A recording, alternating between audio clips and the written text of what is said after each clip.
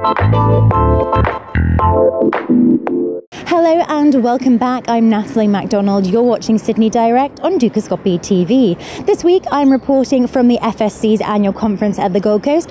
On today's agenda was retirement income. I spoke to Dr. Michael Keating, Director of Insight Economics. Dr. Michael Keating, many thanks for taking the time to chat with Dukascopy TV today. It's a pleasure to have you. It's a pleasure to be here. Super. So today we're talking about retirement incomes and some of the risks that you see at present for our future generations. Can you expand on that for us, please? Yeah. Look, there are basically two parties who you think of when there's risks. There's, first of all, the government, which when we're talking about retirement incomes, the government heavily subsidises retirement incomes, both through pensions but also through superannuation tax concessions. So there, in terms of the risks of the whole system, there's the risks of the government, and then there's the risks to the individual retirees. Starting with the government's risks, I think they're often exaggerated, to be honest. Usually it's tied to the ageing population. That's not the principal driver of government expenditure in the future. The major driver of government expenditure in the future is health expenditure, where it's technology, not ageing. It's the fact that we're continually developing more expensive medical technologies. When it comes to the individual, the risks are perhaps more significant than have been recognised for two reasons. First reason is that we've focused very heavily in our superannuation discussion, our retirement discussion, what we might call the accumulation phase. That is while you're saving while you're working. But it's after you at the time of you retire and after you retire, as an individual, you're facing two sets of risks. One is the investment risk, that the investments may not yield the return you're expecting. And the second one is how long you're going to live. And I think both of those have been underrated, whereas I think the risks to the government have been overrated, the risks to the individual have been underrated. The other thing is that Australia is almost unique compared with other advanced countries. In most advanced countries, retirement incomes are essentially guaranteed by the government. If people have superannuation, they're in a defined benefit scheme which is guaranteed by the government. In Australia, we're in accumulation schemes. There's no defined benefit, and it's the individual who wears all the risk.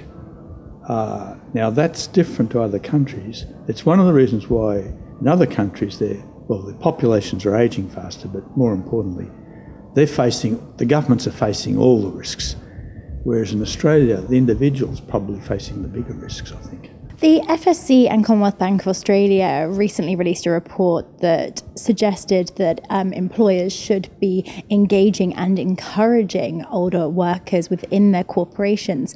Is that perhaps a solution to some of the problems that you've indicated? Yeah, obviously it helps if people work longer. Helps the government in terms of paying their share, and helps the individual because they accumulate bigger savings and so on. So obviously it helps. I think the real question is how much can be expected from changes in the labour market.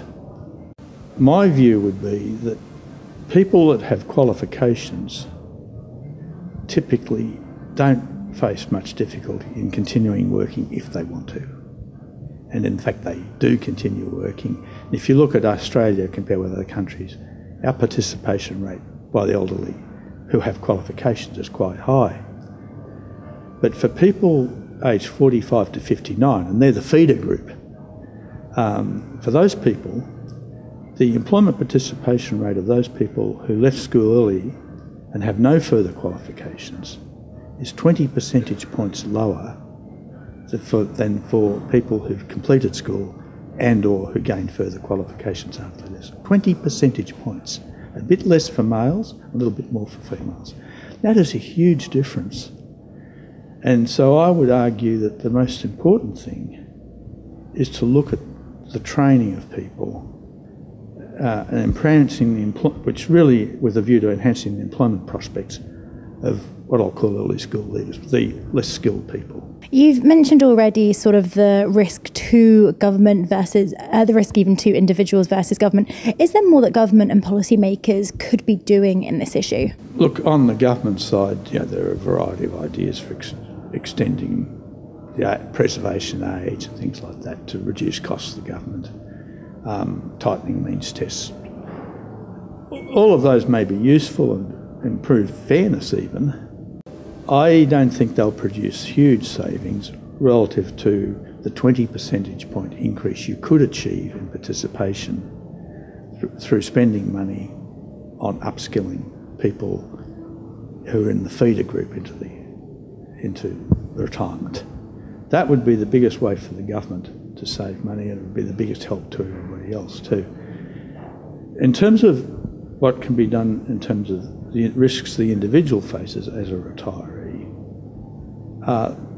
the Murray inquiry, financial systems inquiry, came up with some useful ideas about improvements that can be made in the range of products that are available to people, which would better enable them to hedge their risks. Michael, thank you so much for your time today. Much appreciated. Right. Pleasure.